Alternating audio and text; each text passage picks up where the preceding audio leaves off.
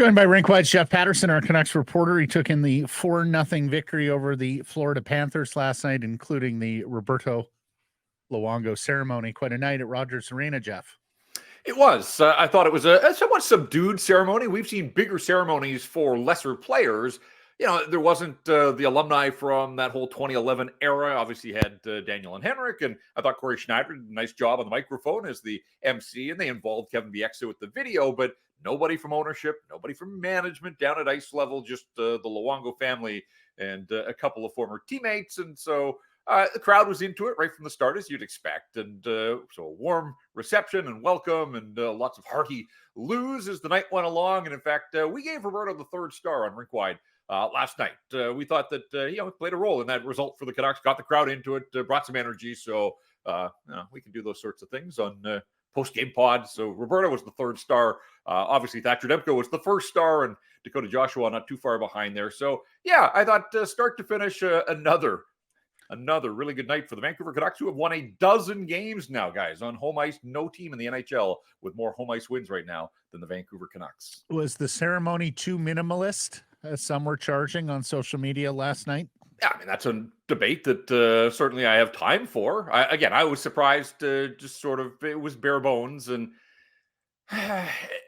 he's complicated. I mean, his time in Vancouver was complicated, and so I kind of thought maybe the Ring of Honor would put some of that to bed, but apparently not. People still want to, debate his place in all of this. I did think a really curious choice, though, guys. I mean, it's Roberto Luongo's night, and there are still loos echoing in the building from his name and likeness up there in the Ring of Honor. And then they cut to Kirk McLean cranking the siren to rev the crowd up. I mean, that has always been a season ticket holder perk. And so of all the nights, that night that, there's still this discussion about, is it not a retired number because of Kirk McLean? I thought, really? Like there wasn't somebody somewhere along the line in that organization that thought, no, Kirk can have that game against San Jose on the 23rd.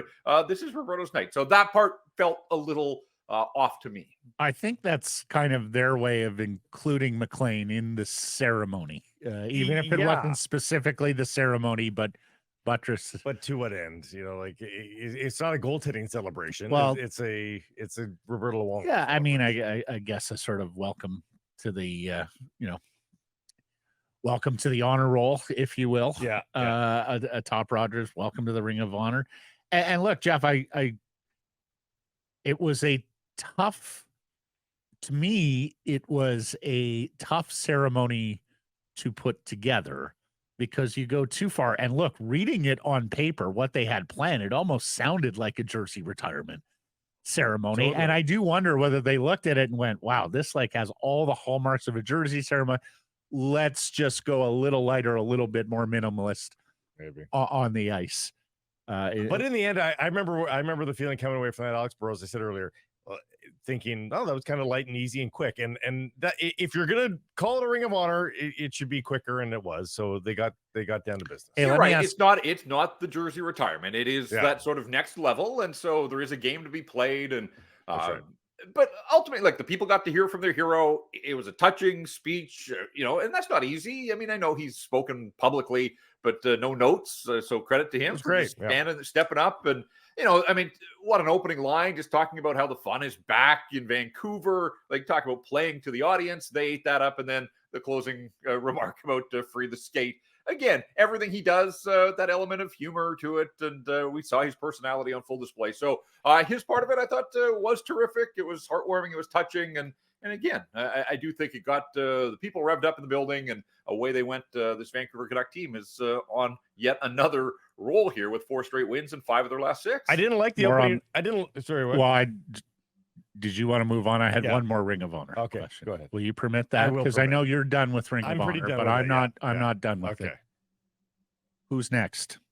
Oh, Edler? I think Alex Edler. I think to me, and Eddie's gone into hiding. I had tried to find him at some point a couple of weeks ago and put out some feelers. And I know that the Canucks had a brief video snippet from him saluting Roberto. And that was the first time that I'd seen Alex Edler. But, I have to think that his playing days are done. He hasn't officially announced his retirement, but no takers. We're coming up on the midway mark of a National Hockey League season. At his age, maybe he's hoping that there is a team that runs into a rash of injuries defensively. I wondered if we would see him, play in an international tournament like the Spangler Cup just to keep his competitive chops or, something like that. But he has kind of gone underground. But I would think that Alex Edler, for all of his years of service to this organization, he would be the next one to go into the Ring of Honor. Off to the game, and I didn't love the opening few moments for the Vancouver Canucks. I thought the Panthers had the upper hand there, and that Kuzmenko goal was just what the doctor ordered for the team and for the player, obviously. It was a spectacular goal. I mean, not too dissimilar from the Bedard goal that we glowed about in Edmonton a couple of nights back. And from there on in, they were much better. It's like they needed to just shrug off the ceremony a little bit, but that shifted the tides, and I thought they were great from there on in. Yeah, Thatcher Demko, I thought, made a really nice right pad save off Kevin Stenlund early, kind of got him into it.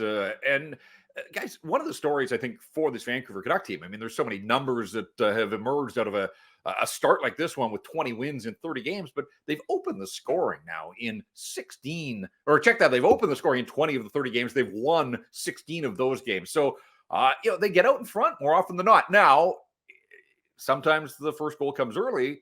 Other times you need a couple of saves until you can get that first one. So it's never just as simple as, both teams are trying to score the first goal, but the Canucks have done a nice job of getting out in front. They don't chase a lot of these games.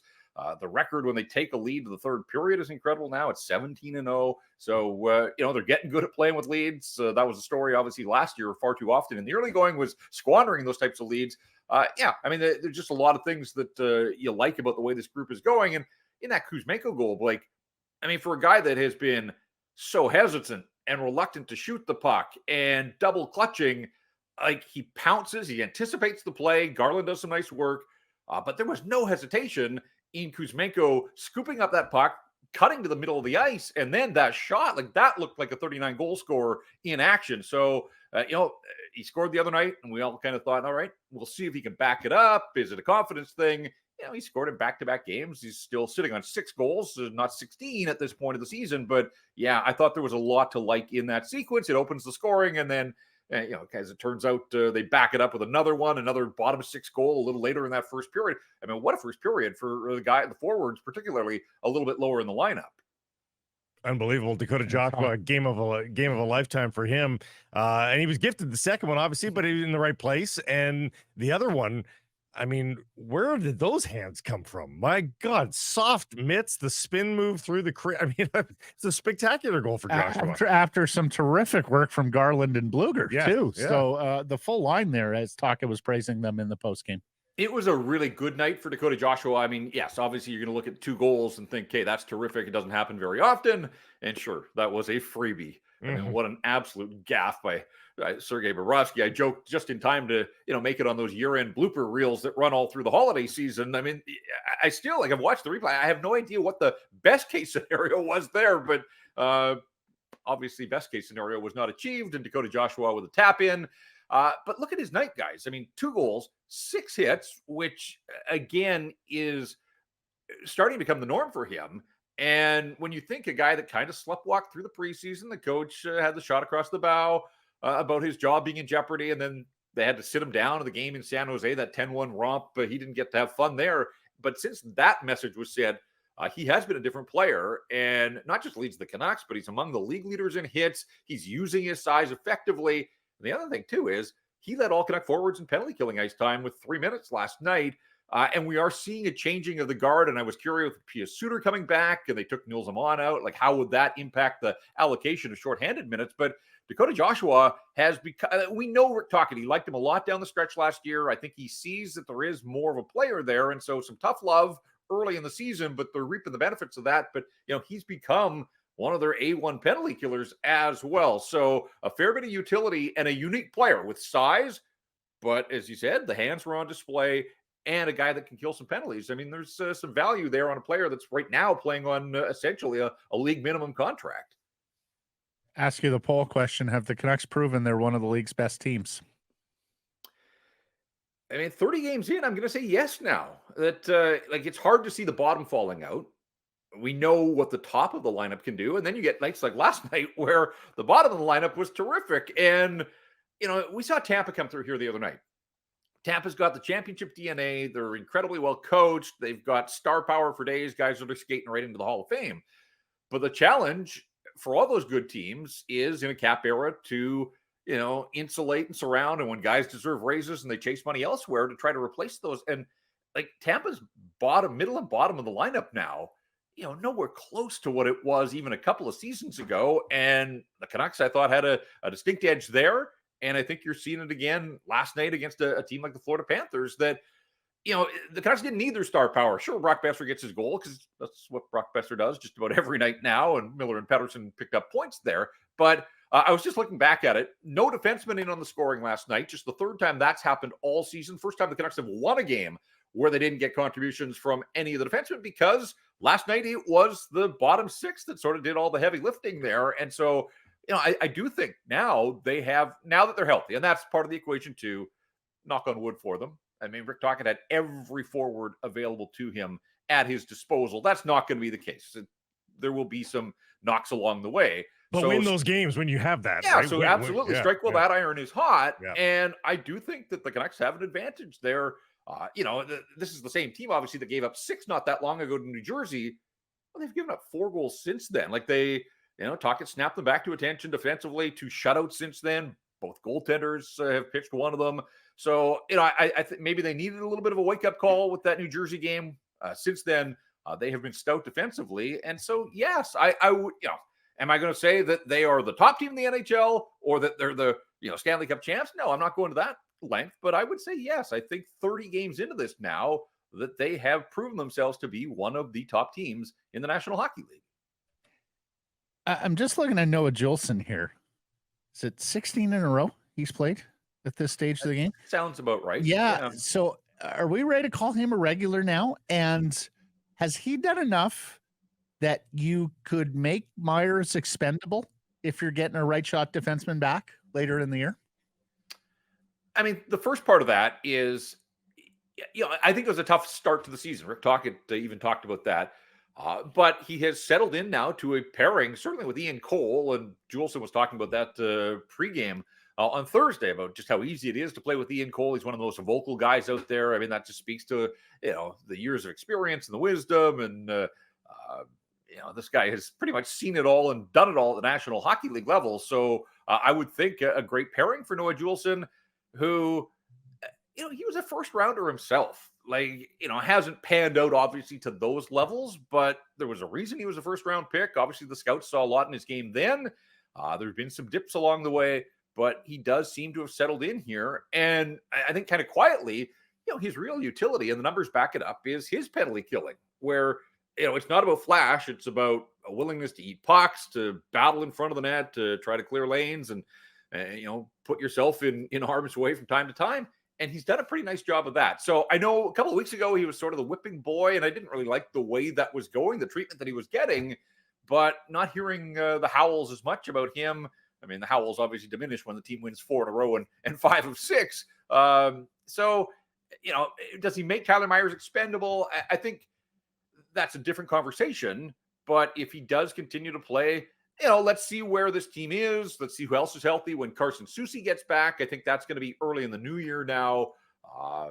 It opens up more doors potentially. Well, that's right? it. I mean, I think he's been pretty solid. So no, and I don't think he's second pair material. He's got to be your third pair, but it just makes you wonder whether you could parlay Myers and something else for a better top 4 right shot defenseman somewhere down the line. Great stuff, Jeff. You got a busy weekend ahead here with these, one matinee and one morning puck drop against Minnesota and Connor Bedard and the Chicago Blackhawks on Sunday. We'll be listening. Thanks for this. Yeah, I'm looking forward to seeing Connor Bedard against his hometown team, obviously. And, I think just with the way the Canucks are playing, expectations should be raised. I mean, we always talk about realistic goals for road trips like this one. I would hope that this team looks at something better than 500. 5 of 8 points certainly I think is doable given the level of the opponents. It gets a little tougher as the trip goes along here, but they roll out of town with a fair bit of confidence, and why not? Playing well, some big wins here, and we'll see what the weekend brings. Happy hour on Sekeres and Price. Today's beer of the day, Yellow Dog Squirrel Chaser Hazy Pale Ale.